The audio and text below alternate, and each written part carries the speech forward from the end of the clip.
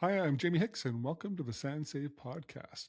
Today's episode is special. Not only is it my first guest, it's someone that I've had the pleasure of working with for over a year now, Kimberly Doyle of Brant Nutrition. Kimberly will discuss who she is, what she's about, and why her information resonates so deeply with me. Kimberly will be back, as well as other people from her company, to dive deeper in later episodes. So buckle up, enjoy the episode, and thank you for watching. So first of all, I want to thank you very much for taking your time to do this with me today. My pleasure. Well, I have always wondered what is behind the business name Brant Nutrition. I actually put more thought into that than, well, as a business owner, I'm sure you realize, there's a lot that goes into choosing a name. Mhm. So I live in Brant County, first of all, so that's a big component of choosing Brant. But I really kind of fumbled on that because I was like, well, like I can help people in all of Ontario. Do I want to choose Brant? Do I not? But as it turns out, Brant, Joseph Brant, there's a lot of history in the name Brant throughout Ontario.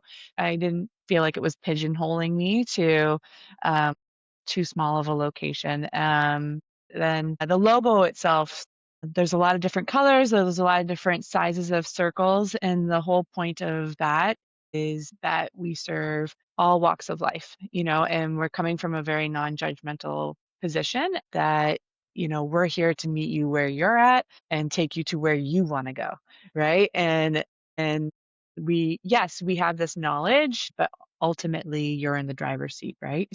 That's a part that I don't get to talk about very often. So Yeah. thanks for asking me about that. And then the colors of the Brant Nutrition itself in Brant County, their colors are blue and green. So I really wanted to tie it back home because although there's a lot of people, if you ask people who live in Brantford, there's a lot of feelings like they're almost ashamed of living in Brantford, but I'm a Brantfordian and I'm very proud of being a Brantfordian. I left and came back, so Mm. I think it's a great community, and that's my homage to Brant County and Brantford as a whole. Trying to serve my community and give back to a community that gave me so much over my years. So Yeah, it's fantastic. yeah, yeah. I'm the same way. Like I've been all over Canada, was at the military, and I find that only certain places feel like home. And that's like Mhm. this area.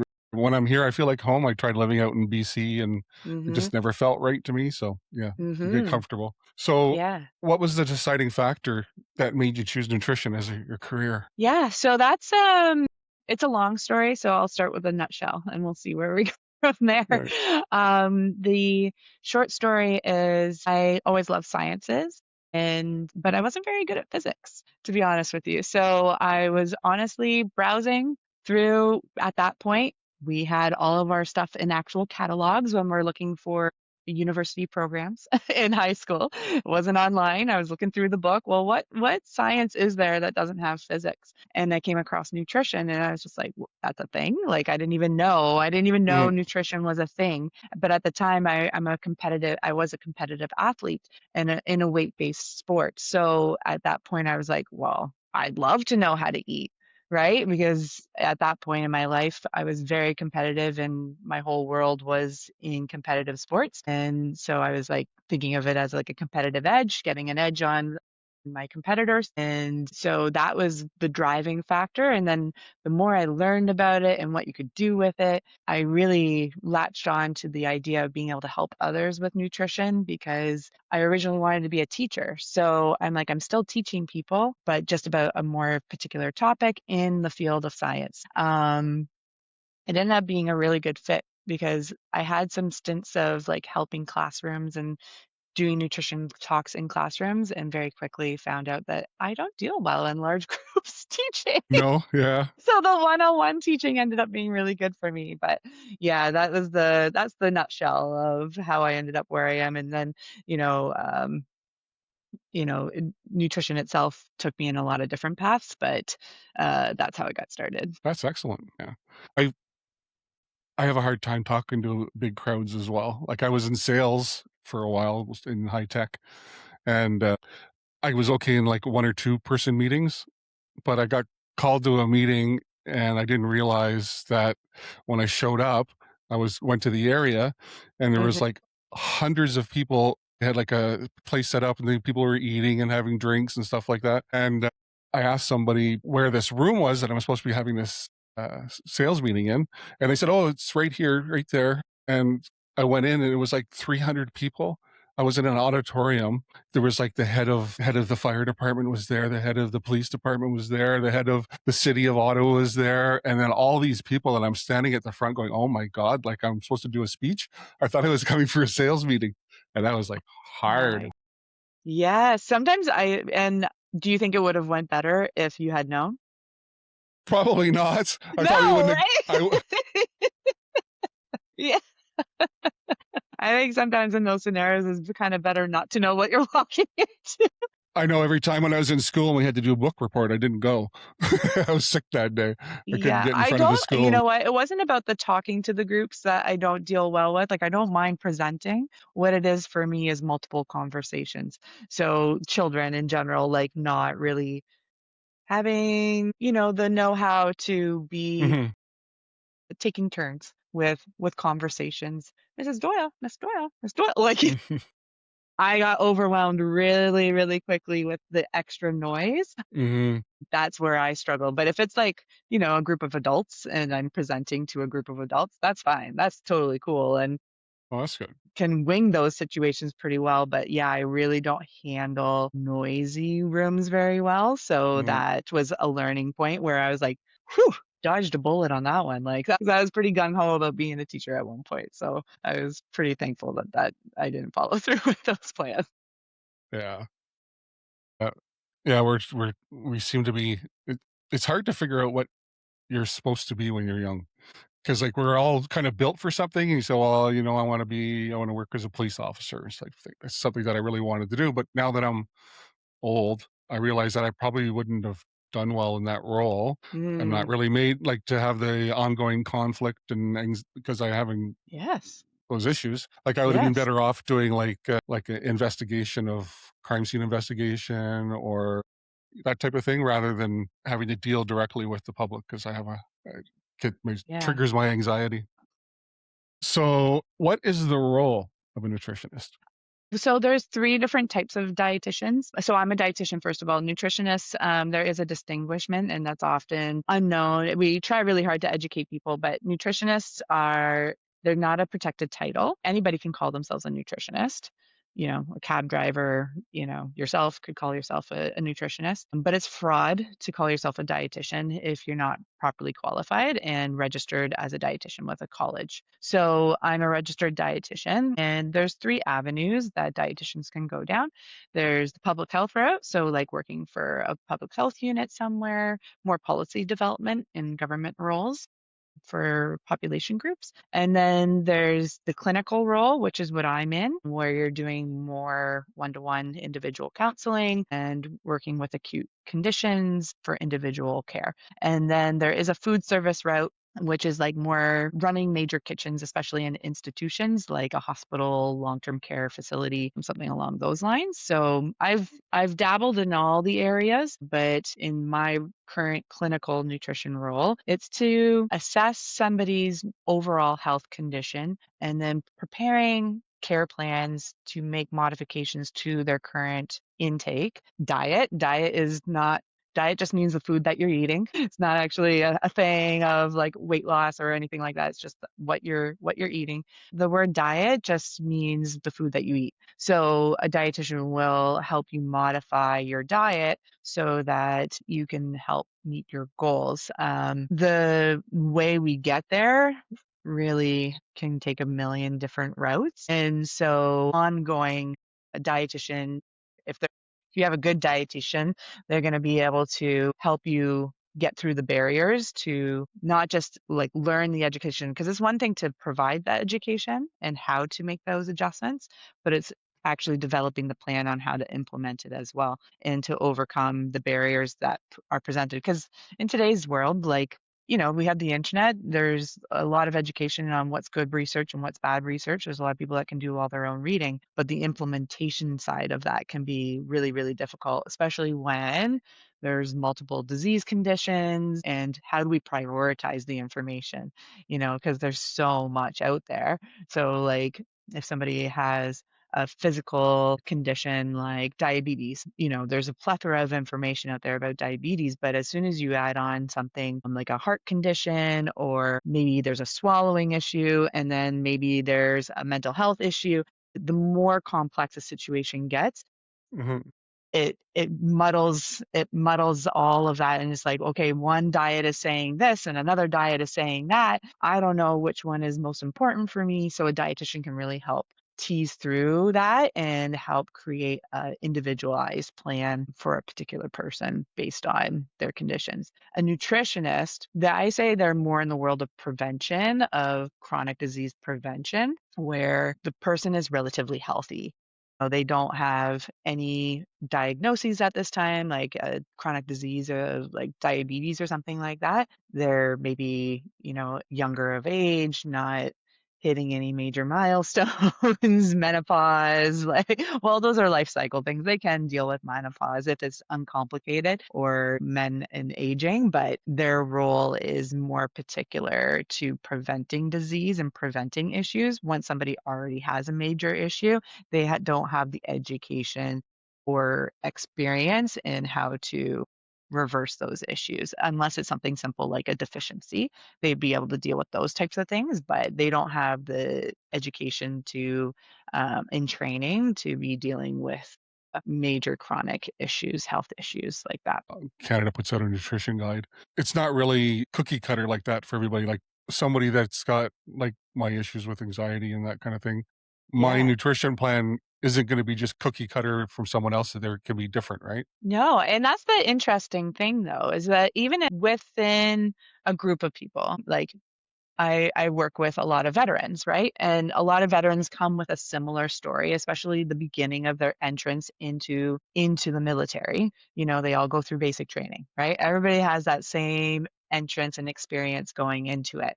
But then their life goes on a million different pathways, and they have different attitudes about nutrition. They have different levels of experience. They have different cooking skills. Everybody has a completely different picture, even though their diagnosis might be the same.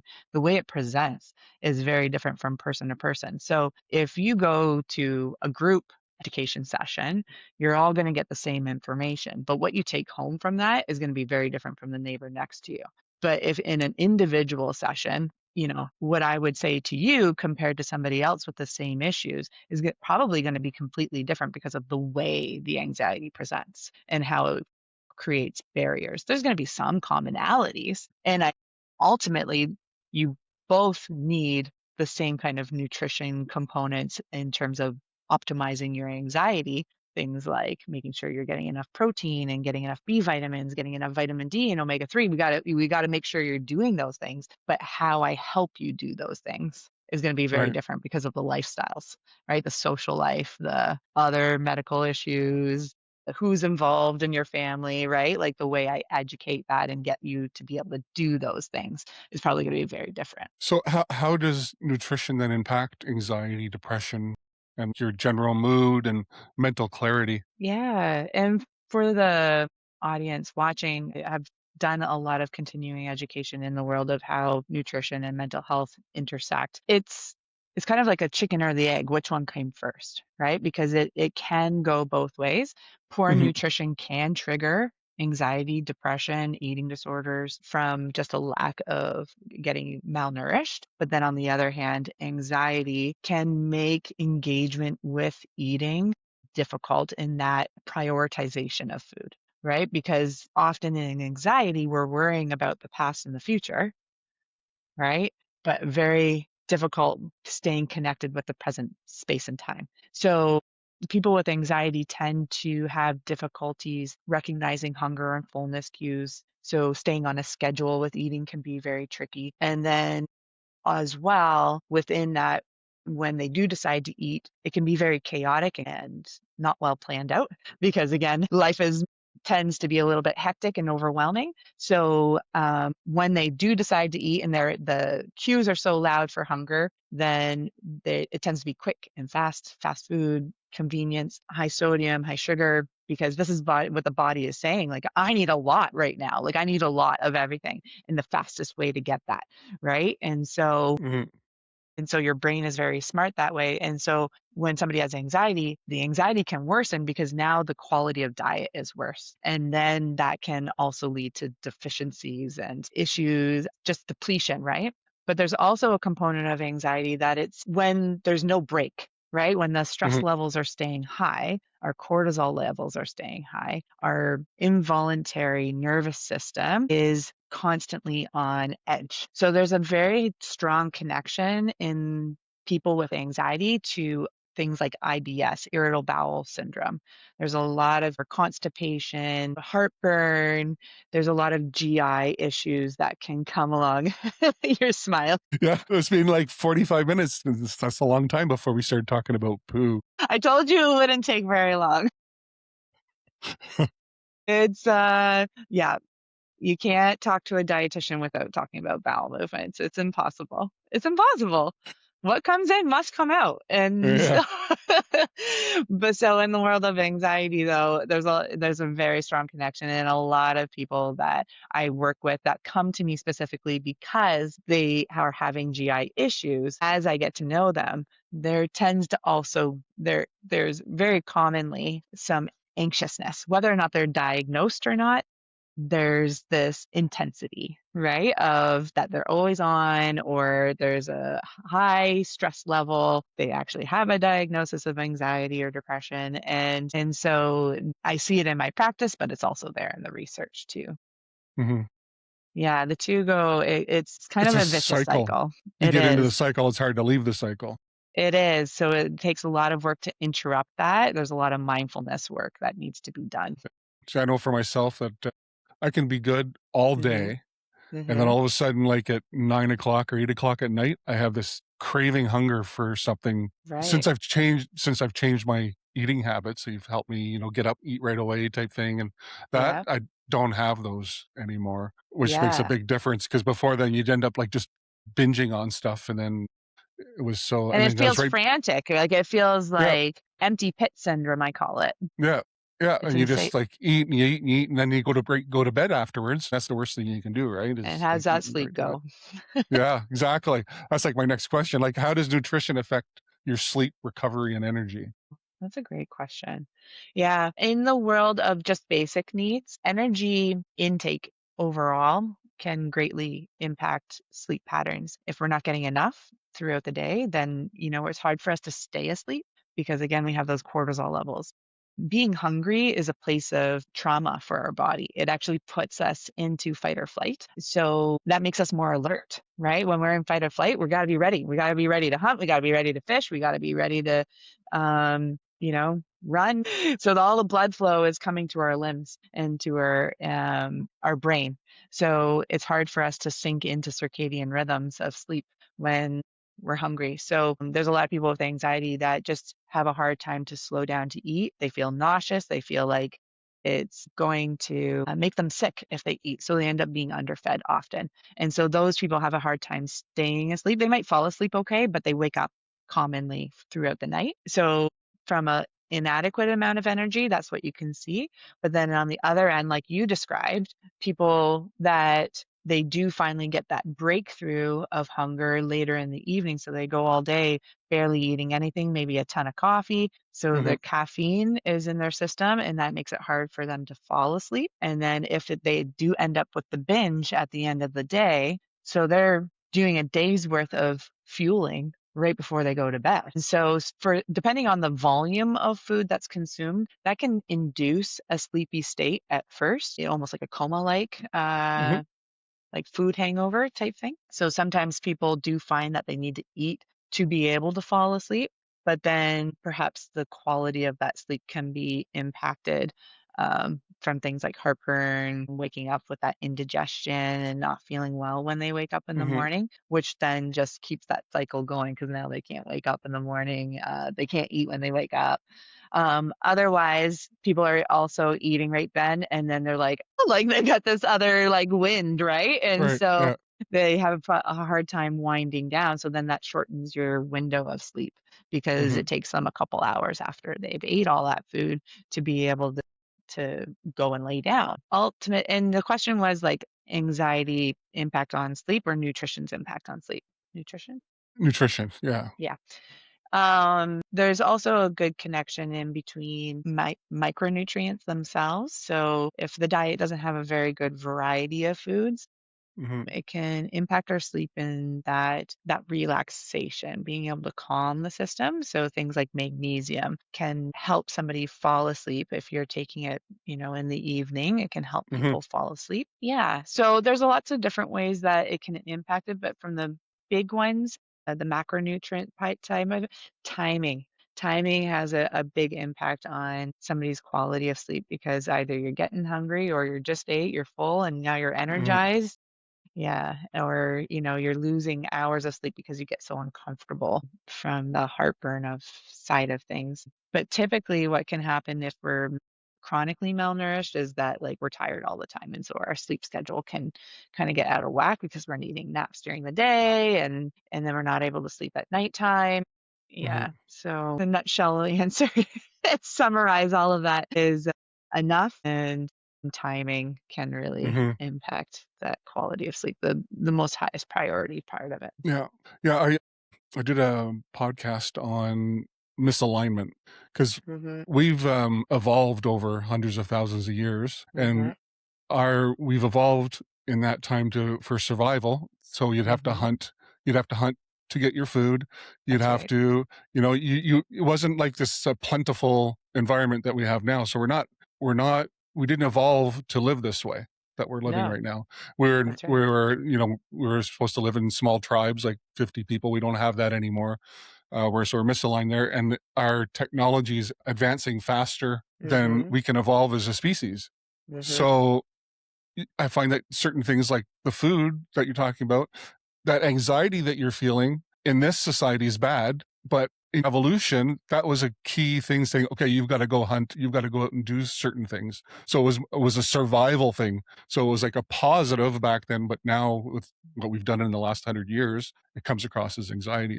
That I feel like obviously back then it would have been a much slower pace of life too, right? So those physical changes would have been a lot more, we would have been a lot more aware of it, Mhm. right? Of when things were changing in our body to recognize the hunger, to recognize the fullness, to recognize that itchiness, that irritation, right? Like the knot in your stomach. It's not just about the presentation that you have tomorrow. It's because you haven't ate for the last 8 hours because you're so nervous about the thing Yeah, tomorrow. Yeah, it's very true. I like that perspective of it. I hadn't really I talk about evolution a lot in my practice, but no, you make a really good point about us yeah. not being able to keep up. I've done a whole. Actually, just finishing writing a book. That's why I haven't done a podcast in the last month and a half or so. I've been writing a book, Very and cool. it's about the universe and my theory about the universe. And the reason I got into that was because of the misalignment theory that I had about us being misaligned right now. Like a lot of the mental illnesses that we say we have was a strength back then. The anxiety was a strength. Somebody that was ADHD was a gift for someone that was going to be a hunter or a warrior because they were that type of personality. They evolved that way. But now we don't have any outlet to use this instincts that we developed over hundreds of thousands of years Mhm, because the society that we live in now, like our mm, technology is growing faster and things that are being like constant, being on your phone, all that constant input all the time is not what we're designed for. We're mhm. not built that way, so it's going against our instincts, Interesting book to read. right? I was wondering, like, if someone suffered trauma or loss, Mm, can nutrition affect rebuilding yourself after going through something that like that? yeah. Yeah, and it can definitely be a part of the recovery, for sure, because just maintaining it, right? Mhm. Because again, like anxiety, when we're going through grief or trauma, we can become really disconnected from our physical being, right? So, uh, being able to maintain if you go into an experience like that and you're in a healthy place, maintaining it can help you with emotional regulation, right? Because when we get really hungry and we don't eat or we're not eating balanced meals, our levels can become irregular very quickly, right? So our electrolytes can become irregular very quickly if you're not drinking enough or, not going long times without eating. And then our blood sugars, right? So if you go really long hours without eating, then our blood sugars are going to be dropping and coming back up. So our ability to rationalize That's the big one. Be logical. It's very, very difficult in those moments afterwards. And it doesn't help not to eat. I'm not hungry. I don't feel hungry. I'm sad. I hear you, Mhm. but not eating is not the solution, It's gonna make it worse, right? So probably. that's never going to help, right? And so it can allowing those emotions to convince yourself not to eat can be detrimental to the recovery and how extreme those emotions can get. So when we're really, really hungry, those sad feelings, that anxiousness triggers, the trigger responses can be much greater because we're simply in this place of having low blood sugar and in fight or flight. We're in fight or flight when our blood sugars are low.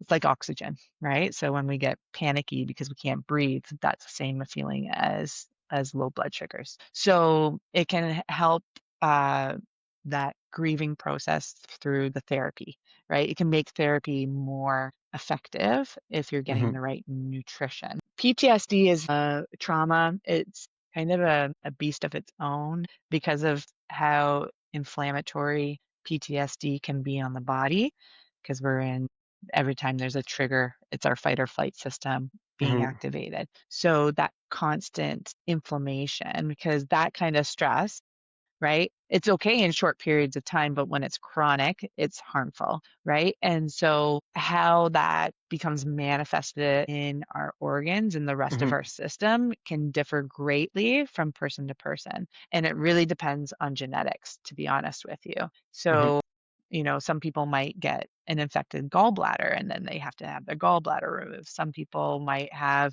extreme headaches and neck tension or like musculoskeletal issues, right? Where, oh, we had this injury, but now we have this trauma. So now this is like even more inflamed, arthritis, that kind of stuff. Like whatever you had a predisposition for is going to probably it's at a greater risk of being manifested after PTSD. There's a great book, and it's been a while since I've said his name. The Body Remembers. It's Blue. I'm gonna have to give you the title later, but it's an excellent, excellent book to learn about how PTSD impacts the body and all the different ways. Mhm. And it was one of the most education I've received in one book about a single issue. I would love to But know what that is. If you can tell me afterwards, I'll include it in the podcast. Like, I'll put it up for yes, people. yes, and share it in the link or something. And I can't remember the name because it's either like German or Mhm. in Northern Europe. So it's a long last name that Yeah. starts with Van. The body remembers, the body doesn't forget. It's something along those lines. PTSD, the body doesn't forget. It's along those lines. But it's an excellent, excellent book. So how nutrition can be supportive for somebody with PTSD afterwards really depends on how that manifests, but it could also potentially mitigate the severity of the inflammation if we're able to catch it early enough. Typically, in my experience, I'm working with a lot of veterans, so like I'm getting it years. I'm introduced to the veterans years after the trauma has happened, a lot of the cases. So, these symptoms have already manifested and I'm helping them manifest or symptom manage after the fact. But if nutrition was able to be maintained in post that, now that's a lot easier said than done. There's a lot of cognitive barriers that happen with PTSD and grief and anxiety. So, being able to maintain your nutrition requires a lot of support, from external like support people and Mhm. or programs, right? Things like Meals on Wheels or Ensure boosts, right? Like just getting kind of like this band-aid approach of how am I going to keep getting fuel coming in uh, when I'm unable to bring myself to cook or go grocery shopping Yeah. or be in large groups. How do I? So that's where I'm talking about like there's all kinds of information to improve your nutrition, but the implementation side of it can be so, so great of a barrier that especially for mental health, that there needs to be a lot of supports. I call it a meal support plan, not a meal plan, a meal support plan, because it has nothing to do with what you're choosing to eat. It's like all about how are we going to get the food on the table Right, right. Yeah, and yeah. actually engage with eating.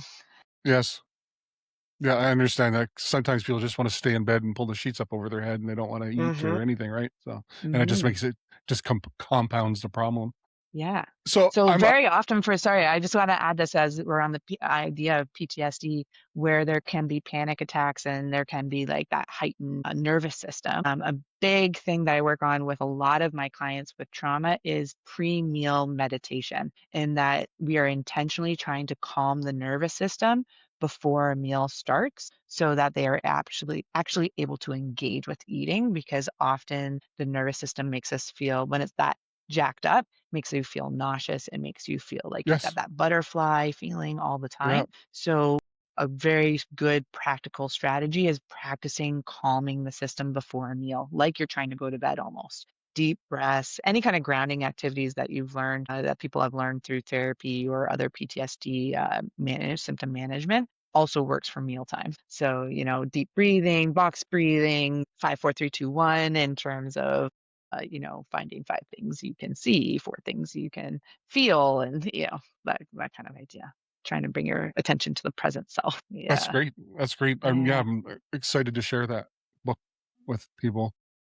I'm fortunate enough that the military put me in touch with you, and that's how, like you said, you deal with a lot of veterans. If someone gets a prescription from their doctor, is it included in any of the people's like extended health care plans where it would be covered for someone? yeah.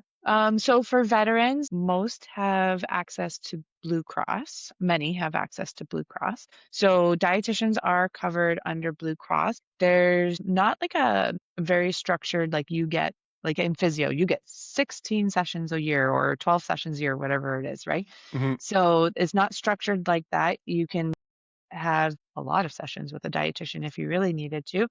But yeah, you would need a prescription or referral from your family doctor, but then also um, with the eligible health claims.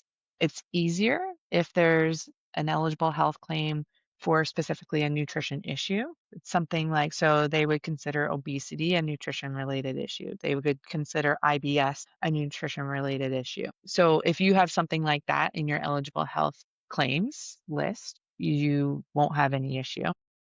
Right. Just get your Right. doctor's referral and you'll be good. If you have something like PTSD, they don't really recognize PTSD as a nutrition related issue, although, even based on our conversation here, obviously there can be a lot of impacts on your Hmm. nutritional status because you have PTSD or anxiety. So, mental health conditions require a little bit more finagling. Your case manager needs to be a lot more involved in those cases. So, if you have a mental health condition or an injury without the other side issues officially on your eligible health list, you go to your case manager and you ask them to put in a care plan specifically involving dietitian, and they will help you find somebody to get that service for you. There are veterans that I've worked with that aren't even a part of Blue Cross, and they have their own insurance plans after the fact. Maybe it's a civilian plan, or because they've started working in different areas. In those cases, you don't need a referral most times. Most of the time, insurance, like private insurance in general, they don't need that You could just put the claim referral. through, and they would cover it. Yeah, yeah. So they just, self-refer, call me up, Mhm. and they get themselves booked in for an initial assessment, and it's all like on their own time. They don't need to get any approvals done first or anything like that to come see me. And then there's always the private pay option if you really just want to script the whole thing and say it's worth it, and Mhm.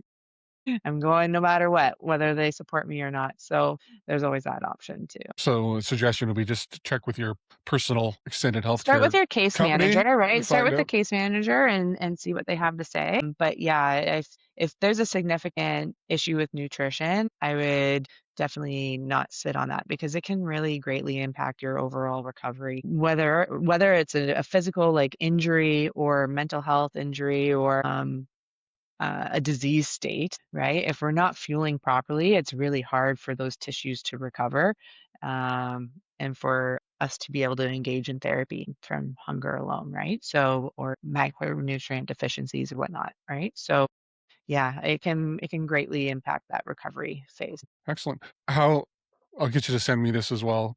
Mm-hmm. I'm going to include, how does someone reach you if they want to start using your services? Yeah, so we're all over social media. We're on all the platforms, TikTok and Instagram, all of that. At Brant Nutrition is the handle, and then our website is brantnutrition.com. And we also have an email, info@brantnutrition.com.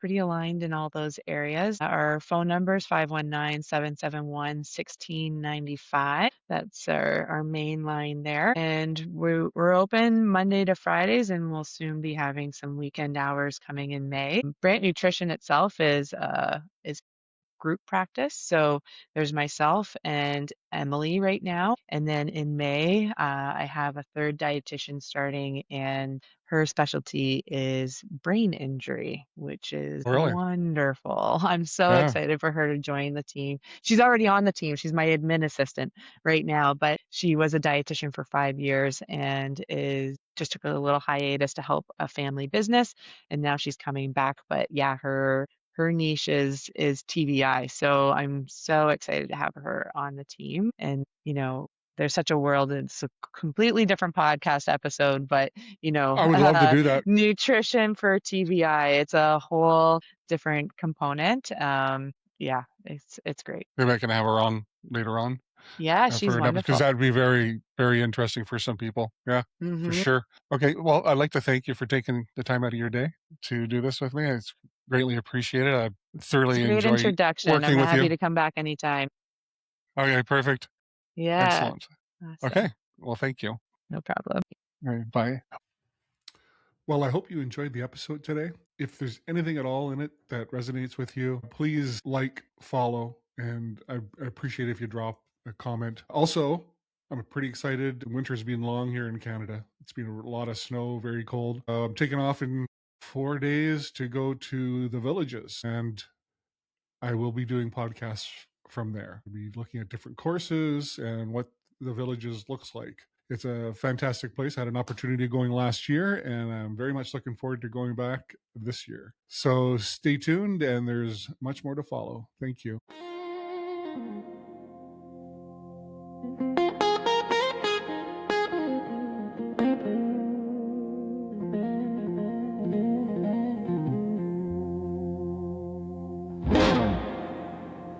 They say the course reveals your soul, but out here we do more than play.